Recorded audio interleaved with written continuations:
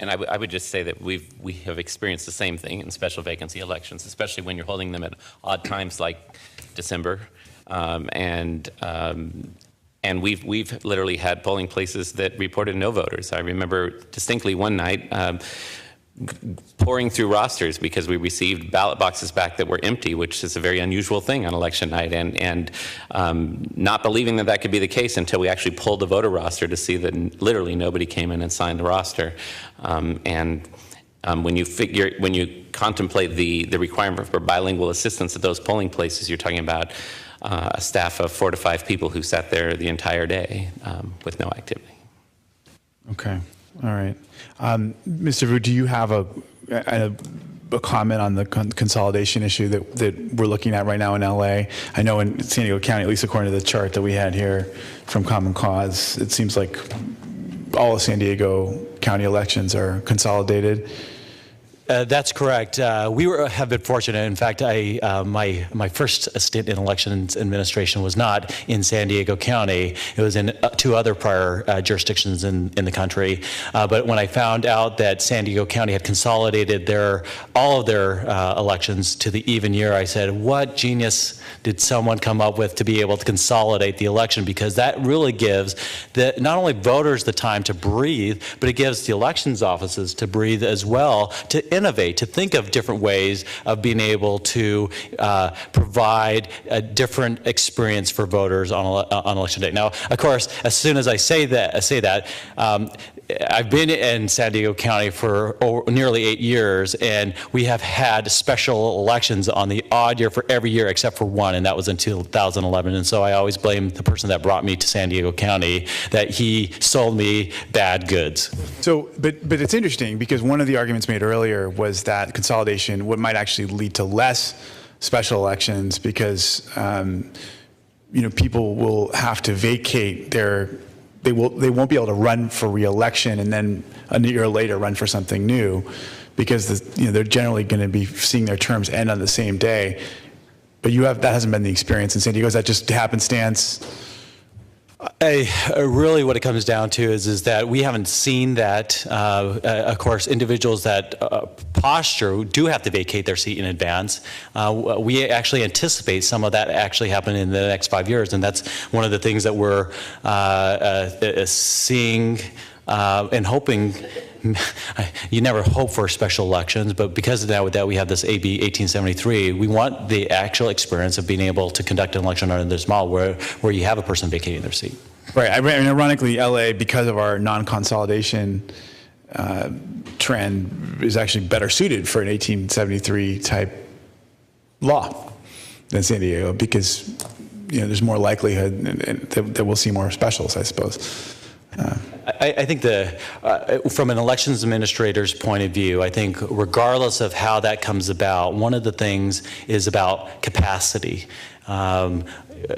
As you have heard today, back in late 2007, San Diego County invested into 10,200 touchscreen voting units because that was the way of the future after Bush v. Gore and what was known as the Help America Vote Act of 2002 being passed, where Congress allocated $3.9 billion. Of course, those 10,200 voting units, sans maybe 3,000 voting units, are now mothballed. It could cost the taxpayers anywhere from $25 to $30 million once it was taken away. But to be able to get to this notion of whether it's consolidated or even on the odd year, the question is how much real estate do you have on the ballot? And the real estate on the ballot is very precious, and that's one of the reasons why I made the remarks is that we have so many, besides the turnout, there's so many things that are on the ballot that it pushes us as election administrators to how are we going to be able to handle election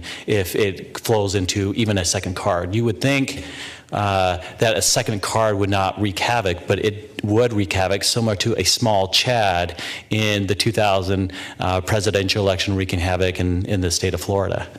Oh, just literally fitting it on the card, fitting. Absolutely, all the contests and all the different measures that are on there. And we're getting dangerously close to that?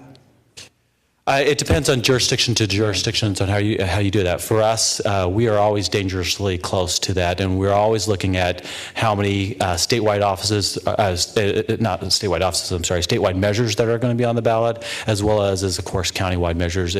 And then for the city of San Diego, we're always looking at the total number of measures that are going to be on the ballot for the city of San Diego. I know that Dean spoke with him a number of times, is in a very unique position in that regard. Well, I would just say that there are many counties in the state that have exceeded that already have multiple page ballots. In San Francisco County, which has been referenced multiple times today, they actually go out and deliver additional ballot stock to all of their polling locations midday during election day because they have multiple page ballots, and they're geographically compact. They can do that. The prospect of doing that over the 4,083 square miles of Los Angeles County is daunting. It's daunting. Okay.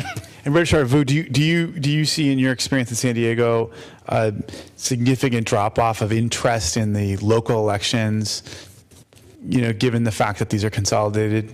We do. It's similar to all other. I don't have any statistics with me as to what that drop-off rate. I'm sure it varies from office to office, but similar to all the other jurisdictions, there is certainly a drop-off when you get from the high-profile federal races, statewide offices, county offices, and then maybe even the cities. Then you start getting into these school district races, special districts, community planning areas. You definitely see a sharp drop off there. But surely a lot of people will go. I mean, they'll vote for governor, for president, some of the Congress, et cetera, and then they may skip the judges, and then they'll vote for mayor. No, doesn't that happen a lot too? Or that does. Yes, you'll see that. It really depends on part of it is the press, the media, and what offices has been stated in the press, and whether or not they're controversial.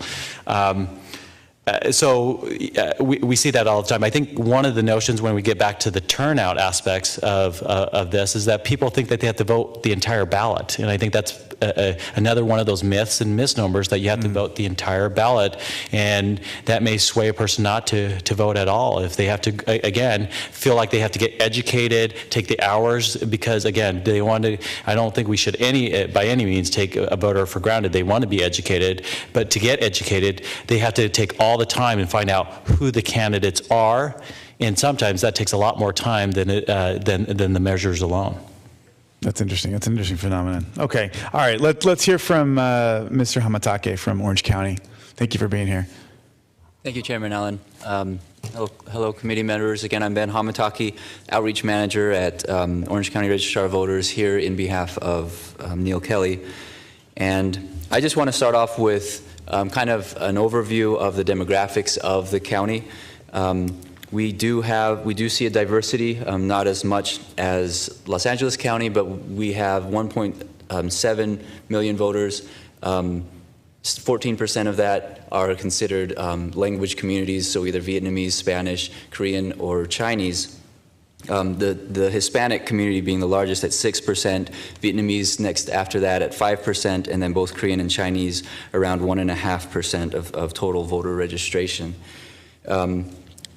In the past general 2014 election, we saw a similar dip in turnout. Our turnout was 45% total, and that is a low figure looking back over the past decade or so in general election turnout. I think to speak to the vote by mail voters, since that has definitely been a topic today, our vote by mail numbers, as I think they have been doing statewide, have been increasing to the point where the number of ballots cast, the percentage of ballots cast on election day in the general 2014 election was 60% of ballots were cast as vote by mail, and we see that number continue. At this point, we are at over 50% of all registered voters are permanent vote by mail voters. I think to go out on a limb a little bit, maybe I know that there is a correlation between permanent vote by mail status and voter turnout. The propensity is higher.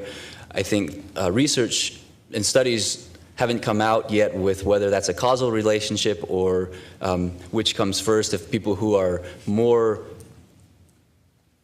likely to vote are more likely to sign up to vote by mail permanently, or if it's a reverse effect that signing up to vote by mail actually is a driving force behind their higher turnout.